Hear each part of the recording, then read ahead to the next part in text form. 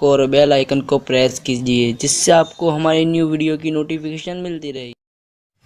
یزیدیوں نے حر کی بیوی کو کہا، حر کی بیوی، یہ جو عورتیں وہاں موجود ہیں وہ سب کے سب یزید کی قیدی ہیں، اگر ان کو کھانا پانی نہیں ملے گا وہ سب مر جائے گی۔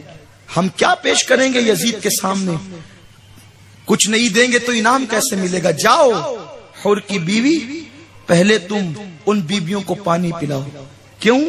اس لیے کہ تم جاؤ گی تو پانی لیا جائے گا ورنہ نہیں لیا جائے گا۔ حر کی بیوی پانی لے کر آتی ہے، 3 دن گزر چکے، 3 راتیں گزر چکی، بچہ پیاسا ہے، بیمار زین العابدین پیاسے ہیں، حر کی بیوی پانی لے کر آتی ہے۔ آپ کو حیرت ہوگی، خواتین کو بھی حیرت ہوگی، آخر حر کی بیوی اس خیمے میں کیسے تھی؟ یزیدیوں کے خیمے میں۔ تو اس کی وجہ یہ تھی، حر جو تھا وہ یزید ہی کا آدمی تھا، 1000 کا لشکر لے کر امام کو قیدی بنانے کے لیے آیا تھا، لیکن حر اچانک پلٹ کر کے امام کی طرف آ گئے۔ وہ کیوں ہوا؟ وہ اس لیے ہوا تھا کہ حر نے جب امام سے کہا کہ حسین میں تمہیں قیدی بنانے کے لیے گرفتار کروں گا تمہیں، امام نے کہا تھا تو مجھے گرفتار کرے گا؟ حر نے کہا تھا ہاں میں تمہیں گرفتار کر کے لے جاؤں گا۔ میرے حسین کی زبان سے ایک جملہ نکلا، حر تیری ماں تجھ پر روئے۔ حر نے کہا حسین آپ کہتے ہیں میری ماں مجھ پہ روئے، آپ نے میری ماں کو بہت سخت بات کہی، اگر آپ کی جگہ کوئی دوسرا ہوتا نا تو میں بھی اس کو جواب دیتا، لیکن میں آپ کو جواب نہیں دوں گا۔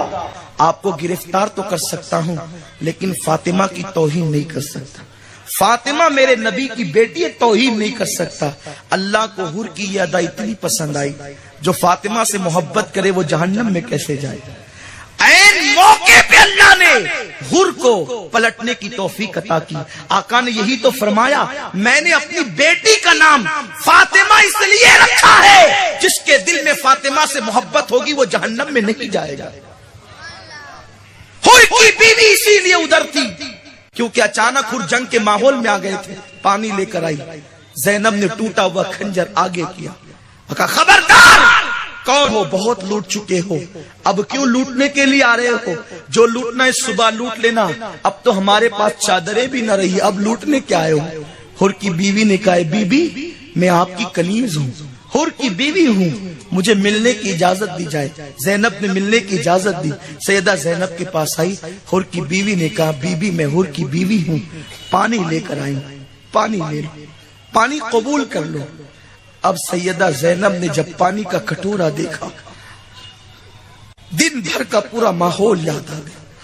کہا حر کی بیوی، میرا معصوم اصغر جب تڑپتا تھا پانی کے لیے اس وقت تو کہاں تھی؟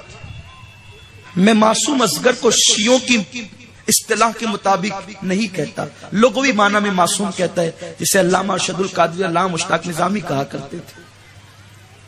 حر کی بیوی سے کہا زینب نے، حر کی بیوی کہاں تھی تم جب میرا 6 مہینے کا معصوم پسلیوں والا پانی کے لیے تڑپ تڑپ کر جان دے گئے؟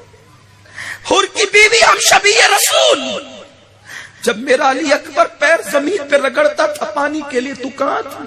لے جا یہ پانی میں نہیں پیوں گی، لے جا۔ حر کی بیوی نے کہا بی بی میں اہل بیت کی محب ہوں، اگر میں پانی واپس لے گئی تو وہ میرا مذاق اڑائیں گے۔ سیدہ نے کہا لے جا، مجھے تیرا پانی نہیں چاہیے۔ تو اس نے کہا بی بی آپ کو آپ کی ماں فاطمہ کا واسطہ میرا پانی قبول کر لو۔ جب ماں کی بات آئی، سیدہ فاطمہ کا نام آیا، پانی قبول کر لیا۔ ٹھنڈا ٹھنڈا پانی کا کٹورا جب سیدہ زینب کے ہاتھ میں آیا تو زینب نے کہا 3 دن کی پیاسی ہے زینب، 3 دن اور 3 رات کی پیاسی ہے، 4تھا دن شروع ہونے والا ہے، لیکن قربان یہ زینب ہے۔ زینب کہتی ہے نانا کی حدیث یاد آ رہی ہے، نانا نے فرمایا جب کھانے اور پینے کی چیز ملے تو پہلے چھوٹوں کو پلاؤ، پہلے چھوٹوں کو کھلاؤ۔ میرے پورے قافلے میں سب سے چھوٹی سکینہ ہے، میں پہلے اسے پلاؤں گی پھر خود پیوں گی۔ اے میری بہنوں غور کرو، 3 دن کی بھوک اور پیاس کے بعد بھی زینب نے حضور کی حدیث کو ترک نہیں کیا۔ تم ایک دن میں 3 بار پیٹ بھر کے کھاتی ہو اور آقا کے فرمان کو پیٹ کے پیچھے ڈال چکی ہوں. آقا کے فرامین کا کوئی لحاظ نہیں. گھر جہنم کدا بن چکا ہے. میوزک کی آواز، گانوں کی آواز، عیاشیاں، آوارگی، برائی، یہ سب ہمارے گھروں کے اندر موجود ہے اور گھروں کو جہنم کدا بنا چکے ہیں. سیدہ زینب نے کہا سکینہ کہاں ہے؟ نانا کی سنت ہے کہ پہلے چھوٹوں کو کھلاؤ پلاؤ پھر خود کھانا پینا. پتا چلا کہ سکینہ تو شہربانوں کی گود میں بے ہوش پڑی ہے. پانی کے چھیٹے دیے، سکینہ کو ہوش آیا. سیدہ سکینہ سے سیدہ زینب نے کہا بیٹی دیکھو حور کی بیوی پانی لائی. توجہ کریں، اہل بیت کے گھر کا ماحول کیا ہے، کیا ماحول بنایا تھا ان لوگوں نے اپنے گھر کے اندر سنتوں پر عمل کا، شریعت کا. سیدہ زینب نے کہا سکینہ لو بیٹی پانی پی لو. حور کی بیوی پانی لے کر آئی. سکینہ نے پوچھا پھوفی آپ نے پانی پی لیا ہے؟ آپ پانی پی چکی ہے؟ سیدہ زینب نے کہا نہیں بیٹا، نانا کی حدیث ہے جب کھانے پینے کی چیز ملے تو پہلے چھوٹوں کو پلاؤ، چھوٹوں کو کھلاؤ پھر خود کھانا پینا. بیٹی تم سب سے چھوٹی ہو، تمہاری عمر 7 سال کی ہے، لو پہلے تم پی لو، ہم بڑے ہیں بعد میں پی لیں گے. سکینہ نے جیسے حدیث سنی، 7 سال کی ہے سکینہ، جیسے حدیث سنی پانی کا کٹورا ہاتھ میں لیا اور میدان کربلا کی طرف دوڑ پڑی. ننھی سی سکینہ چھوٹی سی بچی ہے، نانا کا فرمان سنا، پانی پیا نہیں، کربلا کی طرف پانی لے کر دوڑ پڑی. ام کلثوم جو سیدہ زینب کی سگی بہن ہے اور سیدہ زینب دونوں پیچھے دوڑ پڑی. بیٹی کہاں جا رہی ہو؟ بیٹی ادھر لاشیں کہاں جا رہی ہو؟ جب سیدہ سکینہ کو گود میں اٹھا لیا اور زینب نے پوچھا بیٹی کہاں جا رہی ہو؟ سکینہ کہتی ہے پھوپھی آپ اتنی جلدی بھول گئی، نانا کا فرمان ہے نا کہ کھانے پینے کی چیز ملے تو پہلے چھوٹوں کو کھلاؤ پلاؤ.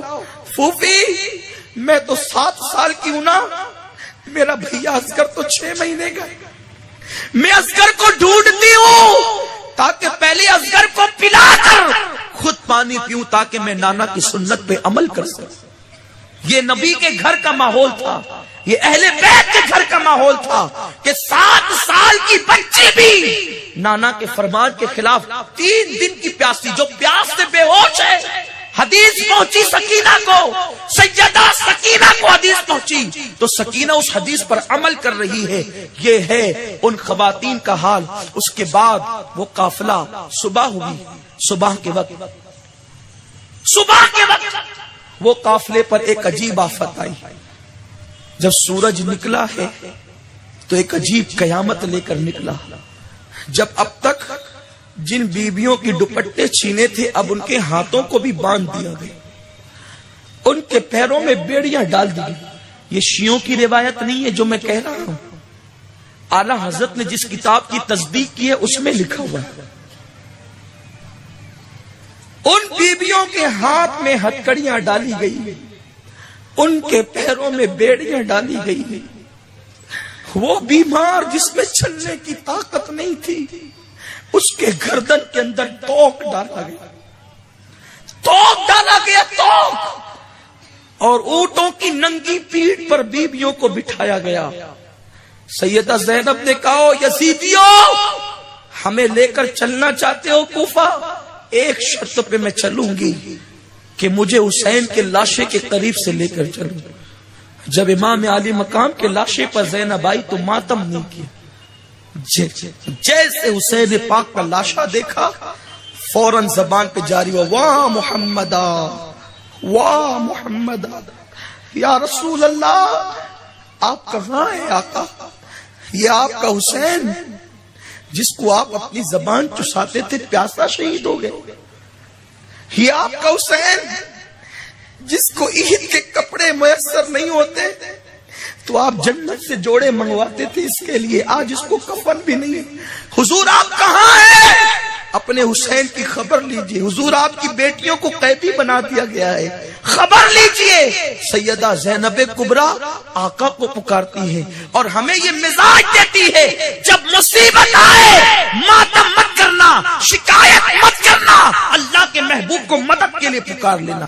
اور یہی امام زین العابدین بھی کر رہے تھے. یوں کہتے ہیں ان القیا ریح الصبا یوما الى ارض الحرم بلغ سلامی روضۃ فیہا النبی المحترم ادرکنی زین العابدین یا رحمت للعالمین. ادرکنی زین العابدین یا رحمت للعالمین. یا رسول اللہ یا رحمت للعالمین آپ زین العابدین کی مدد فرمائیں. پھر وہ قافلہ چلا ہے. مجھے تو چونکہ کربلا بیان نہیں کرنا ہے, سیدہ زینب کو بیان کرنا ہے. وہ قافلہ چلا ہے. امام زین العابدین رسی پکڑ کر کبھی بیٹھتے ہیں, بیماری کی وجہ سے چلا نہیں جاتا. زین العابدین پہ چابک پڑتے. سیدہ زینب کہتی ہے زین العابدین میرے بیٹے علی اوسط صبر کرنا, اس لیے کہ یہ یزیدی ظلم کے لیے پیدا ہوئے اور ہم آل محمد صبر کے لیے پیدا ہوئے. زین العابدین کی ہمت بندہ. وہ قافلہ کوفہ پہنچا. جب کوفہ پہنچا ہے وہ قافلہ تو بیبیوں نے اپنے چہرے پر تو بال ڈال ہی رکھے تھے. یہ حالت دیکھی تو کوفہ والوں کو پتا چلا کہ کربلا سے لٹا ہوا قافلہ آیا ہے. وہ چھتوں پہ چڑھ کے سینہ پیٹ رہے. یہ سینہ کون پیٹتا ہے پتا ہے؟ جس سینے میں ابو بکر و عمر کی محبت نہیں ہے وہ سینہ اسی قابل ہے کہ وہ پیٹا جائے. اس کی سزا ہے یہ. جس سینے میں شیخین کی محبت نہیں ہے وہ پیٹا جانے کے قابل ہے. یہ ہم سنیوں کا سینہ ہے جس میں اہل بیت اور صحابہ کی محبت موجود ہے. ہم سینہ پیٹنے کو دل کی توہین سمجھتے ہیں, سینے کی توہین سمجھتے ہیں, کیونکہ جس میں اہل بیت کی محبت ہو وہ سینہ پیٹا جائے یہ اہل بیت کی توہین ہے, یہ صحابہ کی توہین ہے. وہ سینے پیٹ رہے تھے اور چلا رہے تھے ہائے کیا ہوا, ہائے حسین ہائے حسین وائے حسین وائے حسین. وہ چلا رہے تھے. سیدہ زینب نے کہا, ایک عجیب واقعہ مورخ نے لکھا ہے, جب کوفہ پہنچے تو تاشے بج رہے تھے, ڈھول پیٹے جا رہے تھے, ڈھول بج رہے تھے. آج بھی کچھ یزیدی بجاتے ہیں اور اس کو نام اہل بیت کی محبت کر دیتے. میں ان کے لیے ایک جملہ کہتا ہوں, اہل بیت کی محبت میں ڈھول بجانے والوں اتنا شوق ہے نا کسی کی شہادت پہ ڈھول بجانے کا, تو جب تمہارا باپ مرے اور اس کی لاش گھر میں پڑی رہے تو ذرا جب بجا کر دیکھنا کہ کسی کی میت پر ڈھول بجانے کا لطف کیا ہے. اپنے باپ کی میت پہ ڈھول نہیں بجاتے, اور امام علی مقام کی شہادت پہ ڈھول بجاتے اس کو چشتیت کا نام دیتے ہو, اسے تصوف کا نام دیتے ہو, اسے اہل بیت کی محبت کا نام دیتے ہو. شرم کرو. یزیدی ڈھول بجا رہے تھے. وہ سیدہ زینب تھی. زینب نے کہا مجھے 2 جملے کہہ لینے دو, 2 جملے. یزیدی نہیں کہنے دینا چاہتے تھے. زینب نے اپنے گھٹنوں کو اونٹ کی پیٹھ پہ رکھا اور کہا لوگوں سنو, میں زینب بنت فاطمہ ہوں. پورے کوفہ کی گلیوں میں سناٹا چھا گیا. اور اس کے بعد زینب نے کہا خوشیاں منا رہے ہو, ڈھول بجا رہے ہو, اور اے ماتم کرنے والوں تم ماتم کر رہے ہو. غم اور خوشی کا ملا جلا ماحول اور اہل بیت کا قافلہ ہے. زینب کہتی ہے کیا تم نے خط لکھ کر میرے بھائی کو نہیں بلایا تھا, حسین کو نہیں بلایا تھا؟ دھوکہ دیا تم نے, تلواریں بنو امیہ کے ساتھ کر دی. کوفہ والو تم پر اللہ کی لعنت ہو, اور دنیا دیکھے گی جب تک تم اور تمہاری نسل زمین پہ باقی رہے گی تم اسی طرح سینہ پیٹتے رہو گے, لیکن خون حسین کا قرض تمہارے سر سے کبھی نہیں اترے گا. آج جو عراق کی حالت ہے نا, اللہ تعالیٰ اس کو درست فرما دے. عراق بزرگان دین فرماتے ہیں کہ عراق کبھی چین کی سانس نہیں لے گا, کبھی بنے گا پھر اجڑے گا, کبھی بنے گا پھر اجڑے گا, کبھی بنے گا پھر اجڑے گا. اس لیے کہ عراق اس زمین کا نام ہے جس پر اہل بیت کے خون کے دھبے لگے ہوئے. وہ خون کبھی ان کو قیامت تک چین سے رہنے نہیں دے گا. اللہ رحم و کرم فرمائے. یہ حال ہے. سیدہ زینب پہنچی ہے وہاں پر کوفہ کے گورنر ہاؤس میں. عبداللہ ابن عفیف ایک نابینا صحابی تھے, وہ وہاں موجود تھے. ان کی بینائی نہیں تھی. اس وقت تو ابن زیاد بدنہاد نے بانی فساد نے کہا کہ کذاب ابن کذاب قتل ہوا معاذ اللہ. اور امیر المومنین یزید کو فتح ہوئی لعنت اللہ علیہ. اس پہ بھی لعنت جو یزید کو امیر المومنین کہتا ہے, اور یزید پر بھی لعنت. یزید وہ کمبخت ہے جس پر تینوں ائمہ نے لعنت کی اور تینوں ائمہ کا اجماع ہے یزید پہ لعنت کا. اللہ قرآن میں فرماتا ہے ان الذین یؤذون اللہ ورسولہ لعنہم اللہ فی الدنیا والآخرہ. جو اللہ اور اس کے رسول کو اذیت پہنچائے اللہ نے اس پہ لعنت کی ہے. اور یزید وہ پلید ہے.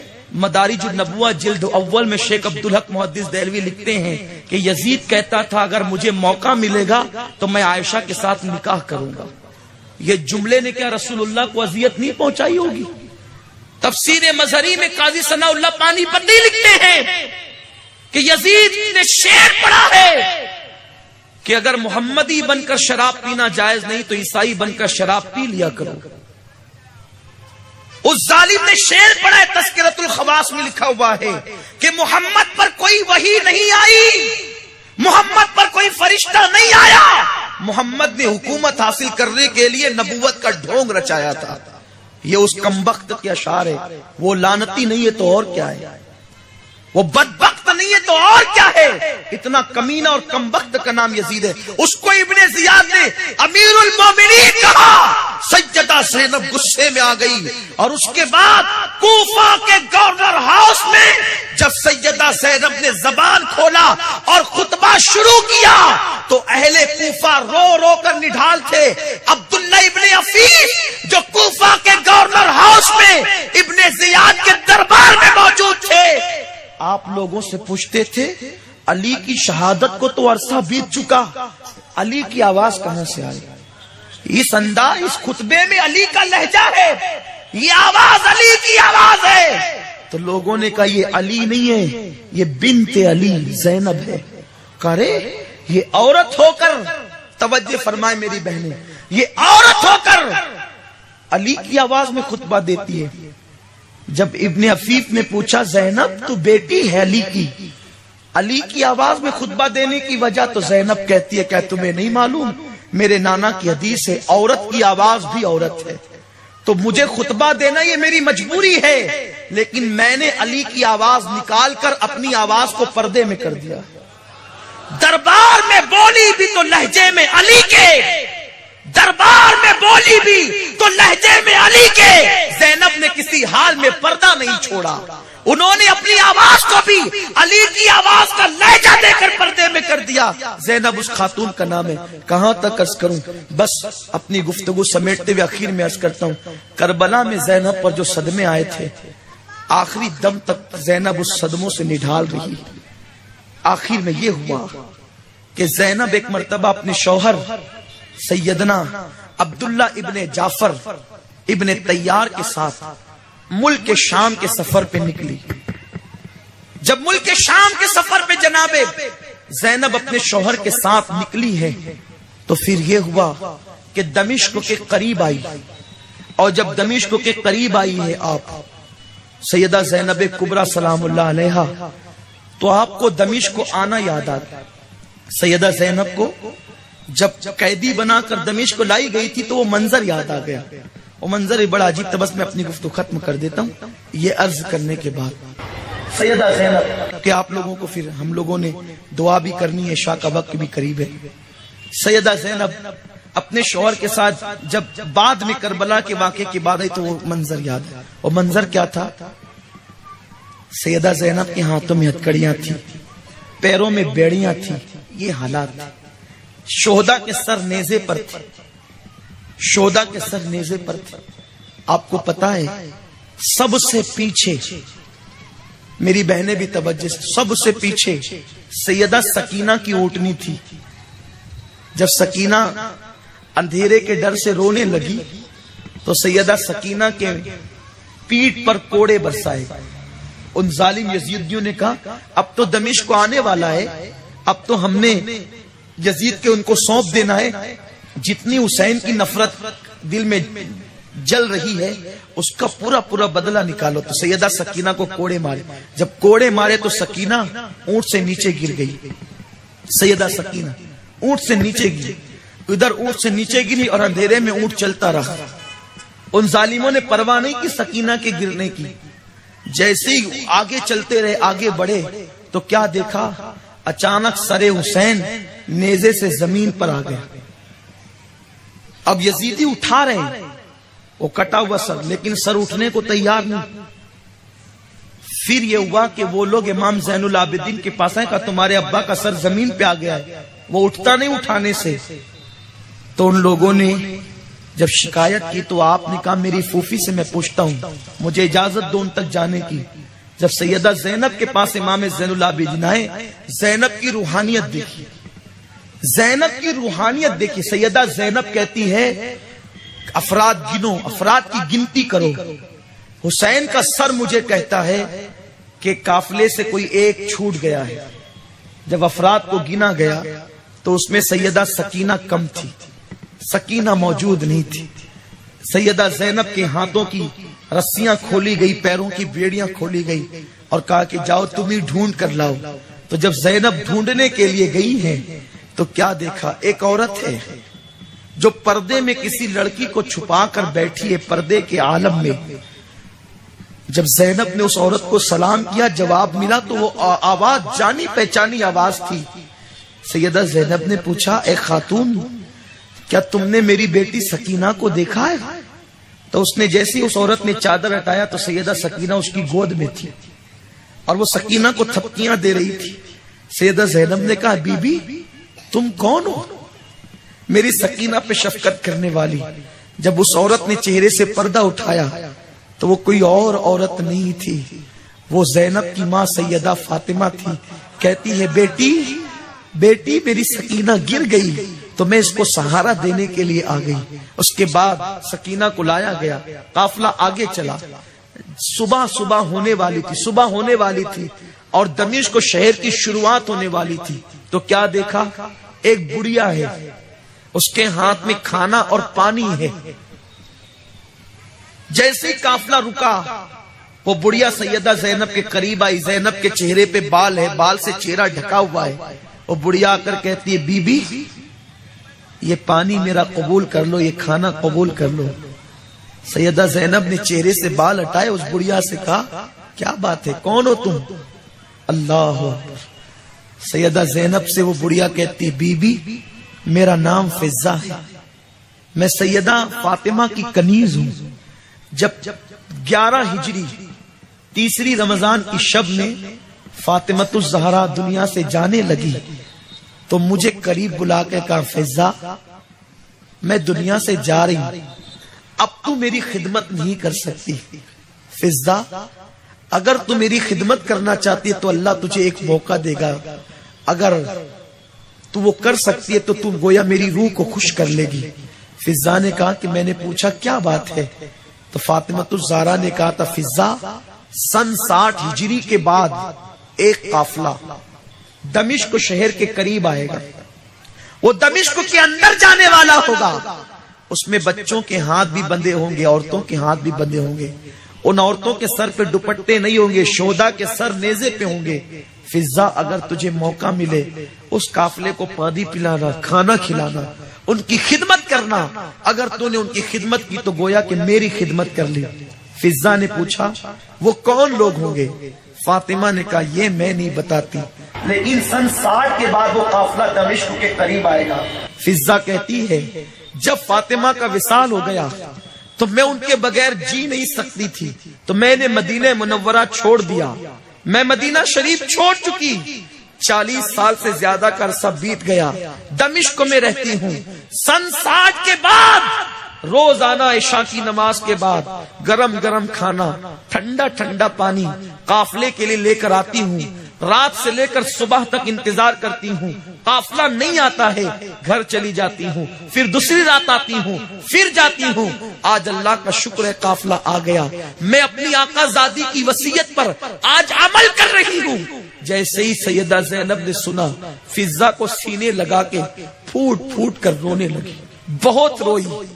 تو فضہ نے جب کہا کہ بی بی کھا لو، کون ہو تم لوگ، کھا لو، کوئی جواب نہیں دیا. تو پھر فضہ نے کہا اے بی بی ایک دعا کر دو، اے بی بی ایک دعا کر دو. بات یہ ہے نا کہ جب میں فاطمہ کی خدمت کرتی تھی، آپ مظلوم و مظلوم کی دعا قبول، مسافر مسافر کی دعا قبول، قیدیوں قیدی کی دعا قبول. ایک دعا کر دو میرا بیڑا پار ہو جائے. کہ جب میں فاطمہ کی خدمت کرتی تھی تو فاطمہ کی گود میں ایک چھوٹی سی بچی تھی، اور جس دن فاطمہ کا وصال ہوا اس کے گھر میں ایک 7 سال کی بچی تھی، اس کا نام زینب تھا. زینب میری آقا زادی کی بیٹی تھی. 40 سال سے زیادہ کا عرصہ بیت چکا. فاطمہ کا وصال ہوا، میں نے فاطمہ کا چہرہ نہیں دیکھا. اب زینب سنا ہے مدینے میں رہتی ہے، میں بوڑھی ہو چکی ہوں، میں مدینہ جا نہیں سکتی. بی بی ایک دعا کر دے، تو مظلوم ہے، تیری دعا ضرور قبول ہوگی کہ میں ایک مرتبہ زینب کو زندگی میں مرنے سے پہلے ضرور دیکھ لوں. جب میں زینب کو دیکھ لوں گی تو فاطمہ کو دیکھنے کے لیے میرا دل ٹھنڈا ہو جائے گا. اگر زینب دکھ گئی سمجھ لو میں نے فاطمہ کو دیکھ لیا. اے بی بی دعا کر دو کہ میں زینب کی زیارت کر سکوں. اور جیسے زینب بڑی چہیتی تھی فاطمہ کی بیٹیوں میں، ویسے بیٹوں میں حسین بڑا چہیتا بیٹا تھا فاطمہ کا. سنا ہے حسین موجود ہے، مدینے میں رہتے ہیں، میں حسین کو بھی ایک مرتبہ دیکھ لوں. بی بی تو دعا کر دے. سیدہ زینب سینے لگا کر فضہ کو رونے لگی. جب خوب رو چکی تو کہا فضہ، جس زینب کو دیکھنے کی تیری تمنا تھی وہ تیری تمنا اللہ نے پوری کر دی.